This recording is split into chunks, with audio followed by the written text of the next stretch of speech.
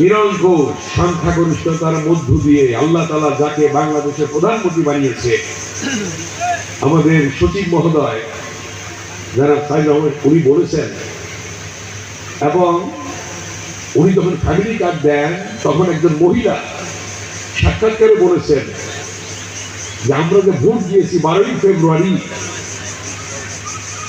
সেই 12ই ফেব্রুয়ারি ভোট দানের পরে আমাদের হাতে যে কালিটি দেওয়া হয়েছিল ভোট দেওয়ার সময়, সেই কালিটি এখনো শুকায় নেই, কিন্তু বাংলাদেশের প্রধানমন্ত্রী জনাব তারেক রহমান যে প্রতিশ্রুতি দিয়েছেন সেই কাজগুলি আল্লাহর নাম নিয়ে শুরু করে দিয়েছেন।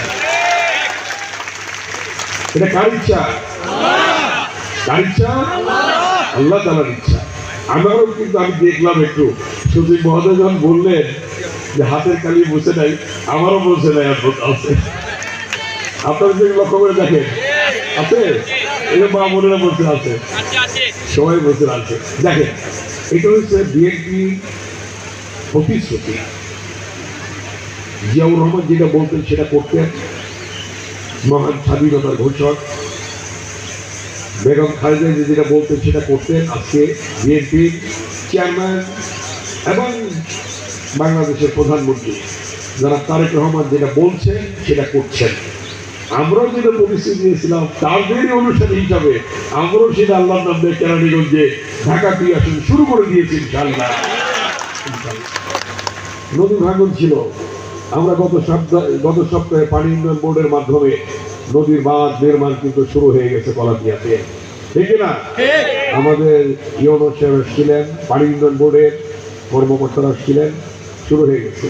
এই যে দুটো ব্রিজ, এখানে একটা গাড়ি যেত আরেকটা গাড়ি আসতো না, এটাকে চওড়া করার জন্যে একটা গাড়ি যাতে যায় আরেকটা গাড়ি আসে, সেই জন্যে সেই ব্রিজের কাজও শুরু হয়ে গেছে আল্লাহর রহমতে। এবং সমস্ত সেক্টরে স্কুল, কলেজ, মসজিদ, মন্দির এবং রাস্তাঘাট, গ্যাসের সাপ্লাই ছিল না, সেটাও সব কিছু মিলিয়ে আল্লাহর নাম নিয়ে এই 17 বছর পরে আবার পুরো দমে শুরু হয়েছে ইনশাআল্লাহ। তার মানে আমরা যেটা বলি সেটা, বিএনপি যেটা বলে সেটা করে।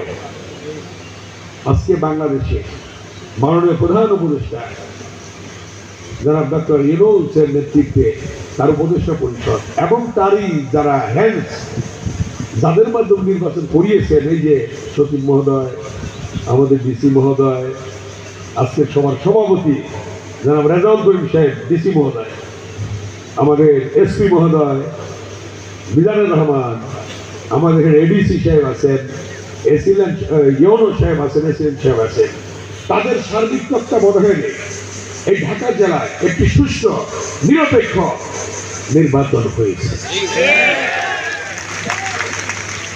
আমি দেখেছি ফিল্ডে তাদের তৎপরতা নির্বাচনের দিক।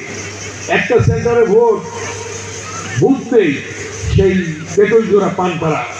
আমি যখন রিটার্নিং অফিসার সাহেবকে অনুরোধ করলাম যে ওখানে ভোট বন্ধ আছে, সেই পেটলজোড়া উনি কেরানীগঞ্জ থেকে নবাবগঞ্জ, দোহার, ধামরাই সবার ঘুরে ওখানে চলে গিয়েছেন। সবার সভাপতি ডিসি মহোদয় সাহেব, এসপি মহোদয় বলেছি, ইউনো সাহেবকে, এসিলেন্ট সাহেবকে যিনি ম্যাজিস্ট্রেটের দায়িত্ব ছিলেন, সহকারী রিটার্নিং অফিসার যিনি নির্বাচন অফিসার ছিলেন, সবারই একটা নিরপেক্ষ তৎপরতা ছিল। কিন্তু আগে কি হতো? দিনের ভোট রাতে হতো, দেখি না? ব্যারিস্টার ইরফানুল রহমান অবি 18টি ইলেকশন করেছিল, আমাকে করতে দেয়নি। 17 বছরে মামলা দিয়ে বন্ধ করে রেখেছিল। ব্যারিস্টার যখন 18টি ইলেকশন করতে আসে, এখন আগের দিন রাতে একটার পর একটা সেন্টার খবর পাচ্ছি সিল মারতেছে।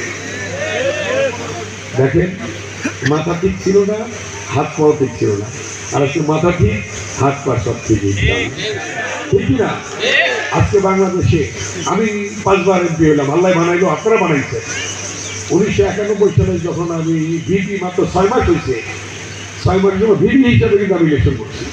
তখন আমি জাতীয়তাবাদী ছাত্র দলের কনভেনার, সেন্ট্রাল কমিটি, সেখানে 32,000 ভোট বেশি পেয়েছিলাম মুস্তফা মহসিন মন্টুর সাথে।